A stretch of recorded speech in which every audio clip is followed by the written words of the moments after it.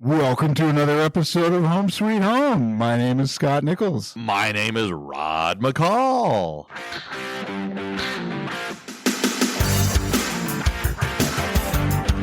Dang, you caught me by surprise on that. And I hope you will, forgive me for taking the lead on that one. I don't know, man. I really threw you for a loop. You did. You caught me by surprise.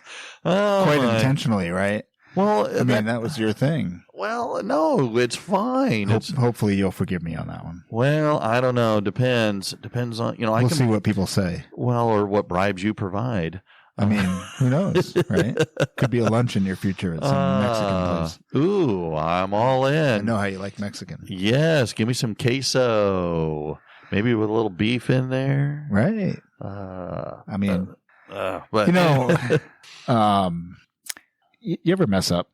On a regular daily basis? On a daily basis? Oh, God, yes. I mean, I guess I do too. I mean, it depends on what we're talking about, but yeah, I mean, crying out loud, if it didn't happen so often, it would be awkward. Yeah. I mean, did you ever really mess up where you feel like you really need to apologize and you're just kind of like feeling crummy about it and you don't really know if the other person's going to forgive you? I mean, it's kind of eating away at you. Yeah. Now yes, that doesn't happen on a regular daily basis, but there are times where, yeah, people have done things to me that hurt me. Yeah. And not necessarily physically, but emotionally or spiritually. Sure. And I will say that it's hard to forgive. It is. I have learned the hard way that forgiveness is not, the forgiveness is for me. That when I forgive them, I'm giving myself peace. Sure. And when I don't forgive, when I hold that grudge, well, then I'm allowing them to have power over me. And I mean, okay, one of the hardest things for me to do was to forgive Eric's mother for what she did. And I could have held on to that anger. Yeah. And I think people would justify and say you're okay in holding that anger. But I watched her over many years use anger as a warm, comfortable blanket for herself. Sure. And it created a lot of problems for her. And she thoroughly thrived on hatred and holding a grudge. Yeah. And I watched it destroy her. And I knew I did not want to be like that. And so for me, I'm going to forgive you. Yeah. Because I'm doing it more for me, for my mental health and to not allow you to have power and control. I think there is a two-side thing to this, right? So okay. There's when I'm going to say I'm sorry, I'm really hoping that the other person's going to forgive me. Okay. And then, but I'm also like I'm going to screw up. I'm going to hurt somebody, and so I'm hoping that they're going to forgive me. Okay. And I'm hoping that when I need to, they're going to hope that I'm going to extend forgiveness. I mean, like there's a give and take. Sure.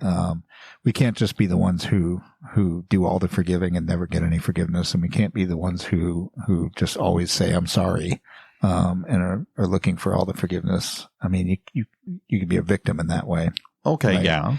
You don't want to make yourself into that. So I think, what is forgiveness, right? What forgiveness is not necessarily just excusing or minimizing something that somebody's doing to you.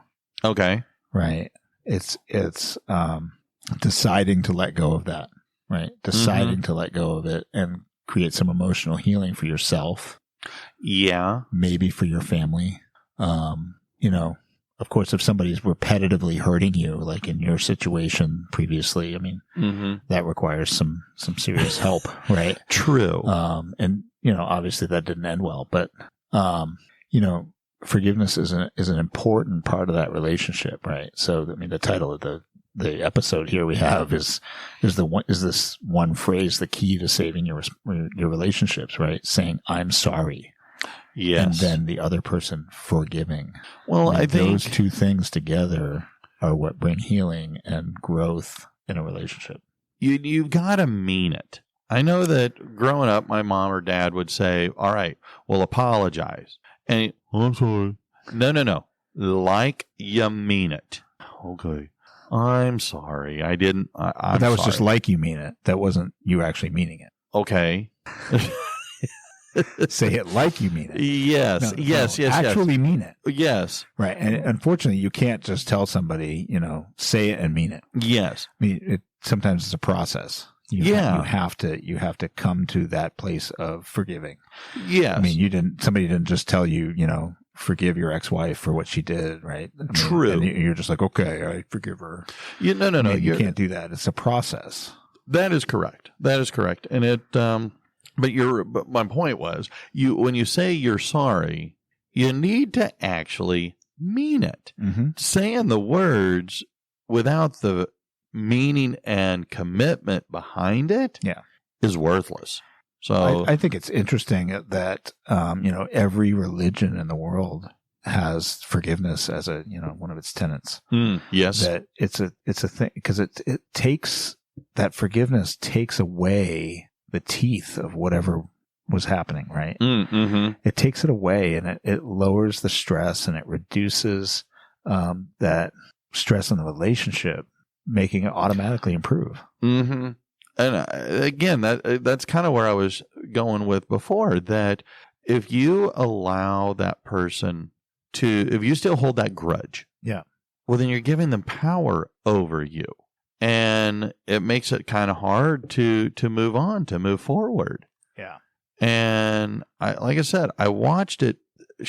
Eric's mom she could not forgive. Yeah. You slight her, and she held a grudge forever. Mm-hmm. And and I literally watched it eat her away, destroy the good parts of her. And it got to where she was a very unrecognizable person. I could see where that would drive somebody to crazy. Mm-hmm. I mean, you're just consumed by it. Well, and there's some research out there that does suggest it will have a huge negative impact on your mental health. Right. I mean, and it will drive you crazy. And I think that was part of her problem, was that she had so many years of hatred towards so many people. Yeah. And I don't know. I did not want to live like that. Yeah. And so again, if I slight you, I'm going to apologize and I'm going to mean it. I am sorry that I did that. That was not my intention. Right. So forgiveness, I think, is a key component to, you're right. You're going to screw up. You're going to do something. You're going to piss somebody off. But if you say, hey, I'm sorry. Right. And with feeling and so a lot of people think that's a weakness, right? But I don't think so, right? I think that apologizing and seeking that forgiveness only strengthens the relationship. It's not a weakness. Yeah. It doesn't put you in a place of weakness necessarily. Mm-hmm. Now, if you're going to be like in a victim mentality, right, where you're just going to say I'm sorry to everything. Yes. Right? I'm sorry. I didn't put the remote in the right place, or I'm sorry I didn't, I'm sorry. do silly things. Yes. Right? Like you can't apologize for everything. That phrase "I'm sorry" shouldn't just be like the first two words that come out of your mouth every time you see somebody.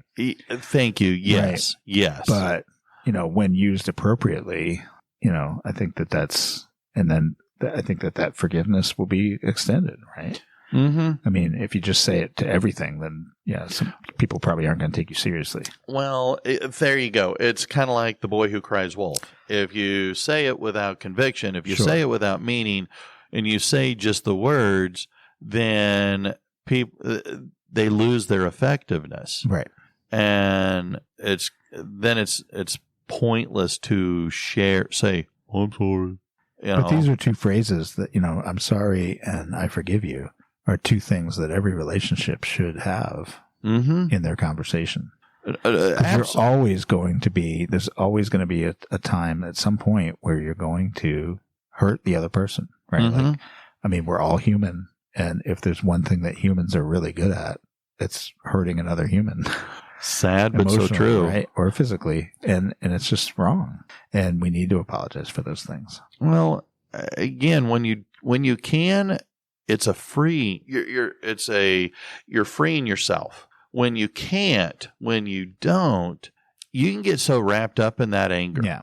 And it presents itself in so many negative ways. Yeah. I mean, because not only that, you carry that with you into other relationships. Yep. And it can lead to depression, irritability, yep, anxiousness, and it lowers the value that you have in your future relationships. It makes it hard to develop those strong connections that we need, because as humans, we are a social people. Right. And if you can't have good, positive relationships, then it has a huge negative impact on your mental health. Mm-hmm. And so, again, I saw this with Eric's mother, and I watched her slowly I don't want to say de-evolve, but she delved into this world and it just consumed her. Yeah. And it made her an unrecognizable person. Yeah. And if you want that warm blanket around you of hatred and misery, well, I can't stop you, but I don't have to join you. Well, there's some evidence to suggest that, when you do forgive, you are you'll be healthier. Okay. Physically. Okay. Right. That you'll actually have, you'll have healthier relationships. You'll have less anxiety, less stress, less hostility, you'll have, lowered symptoms of depression. So if you're forgiving, that's a good thing. It lowers your blood pressure. Mm-hmm. You can get a stronger immune system. You're probably not as susceptible to things like colds and stuff like that. I mean, there's a physical aspect that there's a connection to your emotional state. If you're not a forgiving person, right, you can have struggle with all those things. And if you do forgive a lot, it just changes your mindset, and guess what? Your brain controls pretty much everything in your body. Oh, and so yes, if you've got some control over that, other things tend to do better. Well, I totally agree. And one of the things that I'm a firm believer of, again, this was the behavior that we as adults demonstrate can be a great role model for our children. Excellent, right? Yes. And I do this a lot in the classroom. If I make a mistake or I jump to a conclusion on a kid, I'm going to look at, okay, my bad. I am sorry. Yeah. And apologize to them and show them that, okay, I made a mistake. I'm going to apologize to you, and we're going to move forward to this. I think by doing this, you're role modeling a positive behavior that can have long-term positive benefits in that child. Yeah.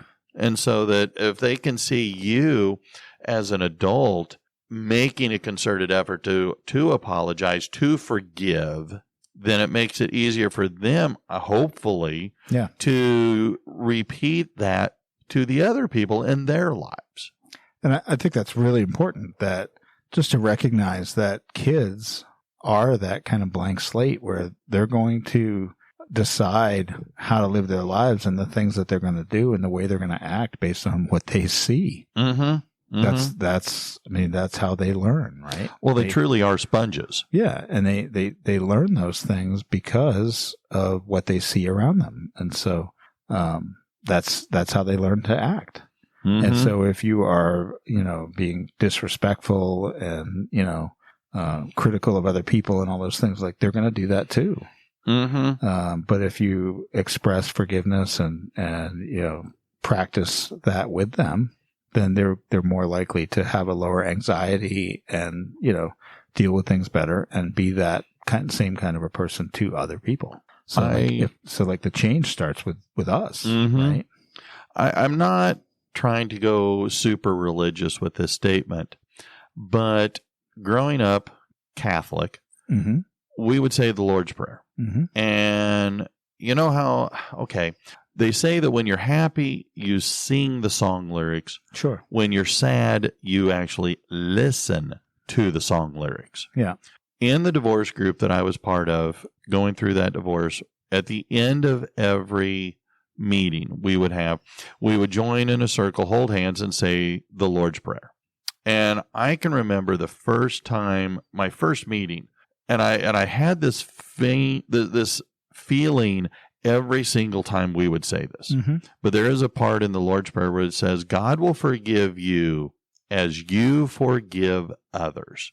And again, I had said the Lord's Prayer my entire life, but hearing it that particular first meeting resonated with me about the power of forgiveness, and it helped me push the idea that you need to forgive. If you want God to forgive you, and whatever God you pray to, and you're right, a lot of pretty much every major religion out there says or pushes or promotes forgiveness. Mm-hmm. If you want your God to forgive you, well, don't you need to forgive those in your life around you for what they have done to you? Yeah, I mean, I would take that a step further and say, part of the idea is that in that case, right, like God has forgiven you. And so who are you to withhold forgiveness from others? And yeah, absolutely. I mean, you can't do that. You have to extend it. It was given to you, so you need to give it to others. Which is why modeling it for the children that are around you, your immediate children, or in our cases with the kids that we work with, by modeling and demonstrating that, hopefully we can deliver that message not just verbally, but demonstrate it as well. Right. And, aside from religion, I mean, there's lots of things historically about religion that, it was used in different places to kind of bring order to society and things like that. I mean, there's a lot like recitations, it changes your thinking. It calms your mind. It does, it's like meditations in some religions, right? Mm-hmm. Prayer, all those things, help you in some way. But this idea of forgiveness is just a really important part of that, because it does lower the conflict between us in relationships. Yeah, and it goes back to one of our tenets. If you don't go home, you don't want to be at home or around the people at home if there is a lot of hostility, a lot of conflict. And if you can help ease some of that conflict by apologizing and forgiving, look, I'm sorry.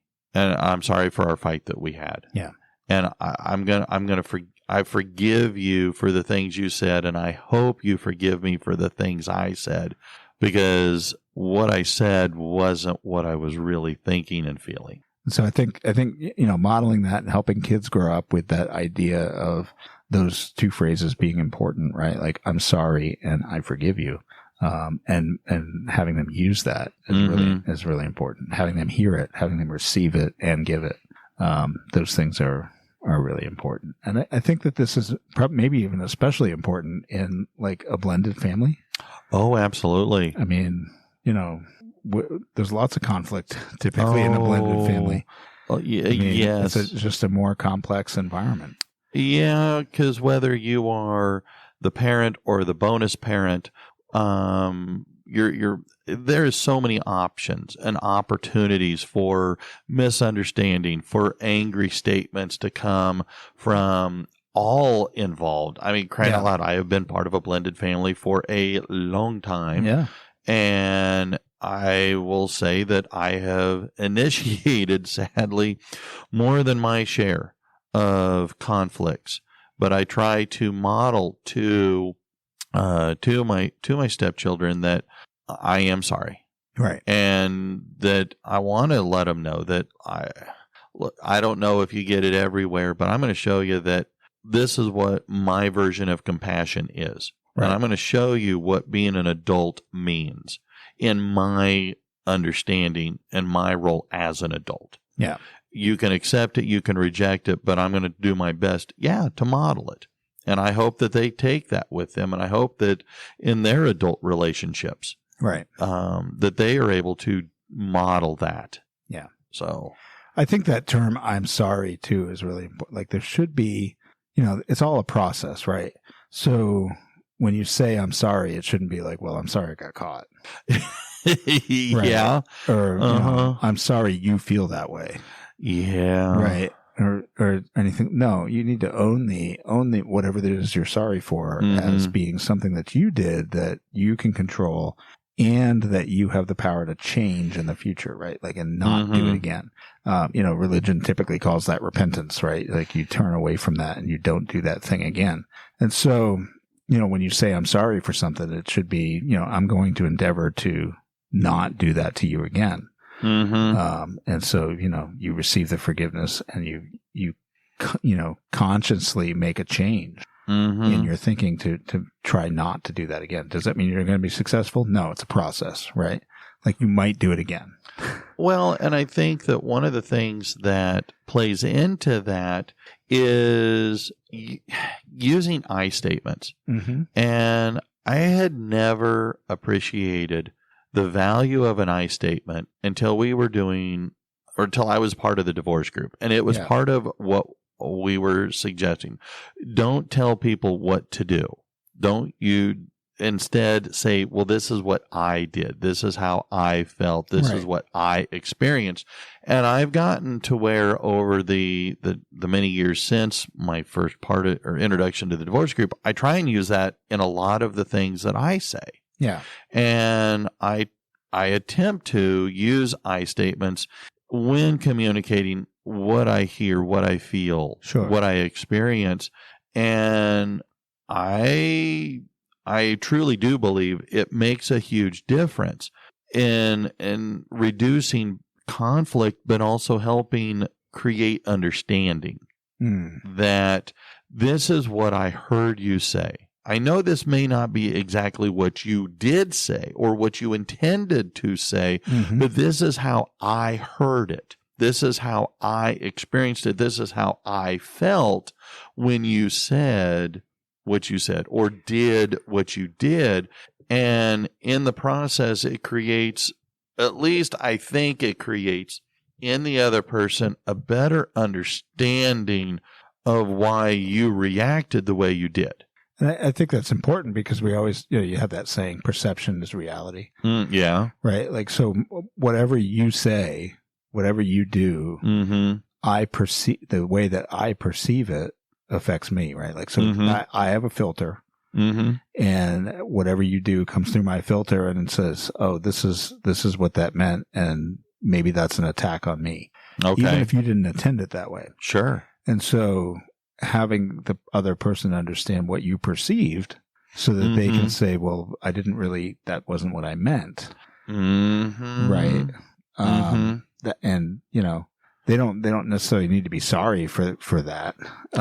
You may not have to be sorry for that because you don't want to be sorry for the other person's perception. But maybe the person who perceived it that way can be like, oh, I'm sorry. I didn't realize that it was that way. That that's what you meant. I didn't hear it that way. And that's, again, it's part of that communication. And whether you're talking with your spouse or your child, I think being able to help them understand where you're coming from is critical. And that's truly what I have come to understand, the value of I statements. Yeah. And it has helped me in my relationships and my ability to communicate with the people that I like the most. And keeping that communication open, right? Sharing that perception of what you think was said, with the way that you heard it, I think is important too, because that helps you understand your partner's filter or the other person in the relationship, what their filter is. And it might reframe how you communicate with them. Absolutely. And that, that's just going to be another healthy change in the relationship. And it's not to say like walk on eggshells or anything like that, right? But sure, if you understand the other person better, then you know better how to communicate with them the first time instead of having miscommunications. Well, you know what their triggers are. Yeah. You know better ways to approach a topic that might be a hot button issue for them. And you're absolutely right. But I think it doesn't necessarily mean that we're just going to ignore the behaviors. Oh, absolutely. Totally Right. different There's conversation. definitely behaviors that need to be addressed. I'm sorry. I forgive you. And then we're going to change how we do that. Right. Mm-hmm.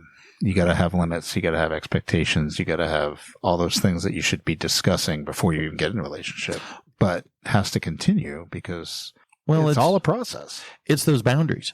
And when we talked, that was also part of our divorce group, healthy boundaries. Yeah. And when you can have healthy boundaries of this is acceptable and unacceptable ways to communicate, behaviors, actions, whatever it might be, whether we're dealing with a kid or our spouse, it's all, I am a firm believer that boundaries play a big part. And reinforcing those boundaries, and again, going back to using those I statements, Sure, can make our relationships, well, more enjoyable. Mm-hmm. Yeah, I've been with my wife for almost 34 years. Married, in our 33rd year. Mm-hmm. And I think I know her pretty well. I think she knows me pretty well. And you know what? We still have to say, I'm sorry. Yeah. And we still have to say, I forgive you. It's a process. And you're never going to reach perfection. Oh, no. Right? It's just not going to happen. So you're going to have to continue to do that. So the sooner that we realized that, and the sooner that we were able to practice that, the better off we were. Right? If you fail to do that, if I failed to do that initially, I think probably by the second year of our marriage, we would have been filing papers and been done. I truly think that. Well, and the idea of perfection is, it's an unrealistic expectation. Mm-hmm. You can strive for perfection, but the idea that you're going to achieve perfection is unrealistic. And I think that sometimes even our Hollywood driven society pushes the idea of perfection. Mm-hmm. And it's just, if we buy into that, then we're setting ourselves up for failure. Mm-hmm. So, the bottom line is you have to address the painful issues. Mm-hmm. You have to say, I'm sorry. You have to forgive, and you have to find ways to move past it and not repeat it. Oh, yeah. Because it is so easy to stay in that comfort zone of anger and hatred, to holding that grudge. I mean, I understand its allure, why people stay that way, why they will not readily admit, I forgive you. Yep.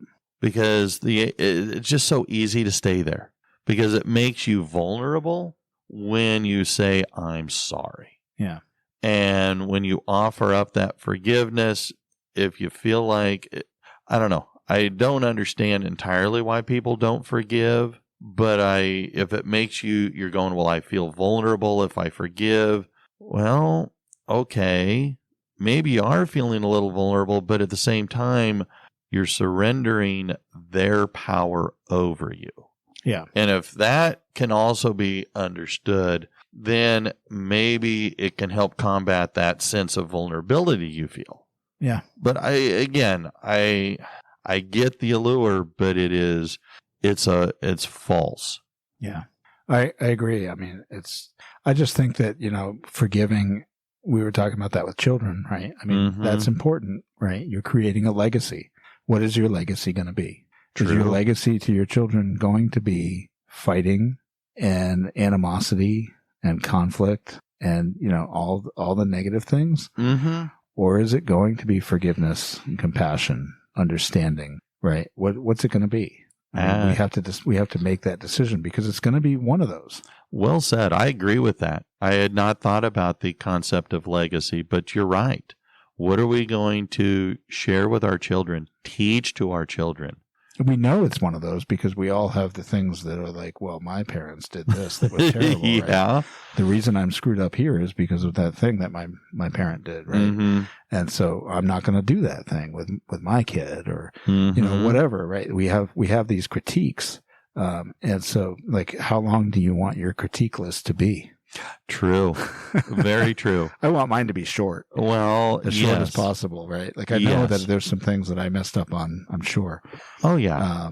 But you know, I'll leave that to my kids to decide. But, you know, you want to share that compassion and try to bring that child to some success in other relationships. And that's not going to come through contempt. No, it's going to come through compassion. I think you want to set them up for success, not for failure, and demonstrating and role modeling good, healthy, positive behaviors are going to give them many more opportunities for success. So definitely that phrase, I'm sorry, is a key phrase in relationships. And, you know, the other person using that other phrase, I forgive you, is really important as well. And so I hope that, given that we started out this podcast with me jumping in to steal your opening, I hope that I'm really sorry for that. I know you love your opening. Not a problem. I just want to say, I hope you can forgive me. And absolutely. Also that my opening is nowhere near as good as yours. And so you can trust that I will take my sorry to heart, and in the next podcast, you will do the opening. Not a problem. It's way better when you do it. Well, maybe it is, and maybe it's not, but either way, not a problem. It's not an issue. So I forgive you. All right. For any slight that you may think you have created. So. Well, I appreciate that. All right. Well, then I guess we'll call it a day. And excellent. Lunch is on the way. All right. Perfect. I can't wait. I'm starving. So. All right. Until next time, I'm Rod. I'm Scott. See ya. Bye-bye.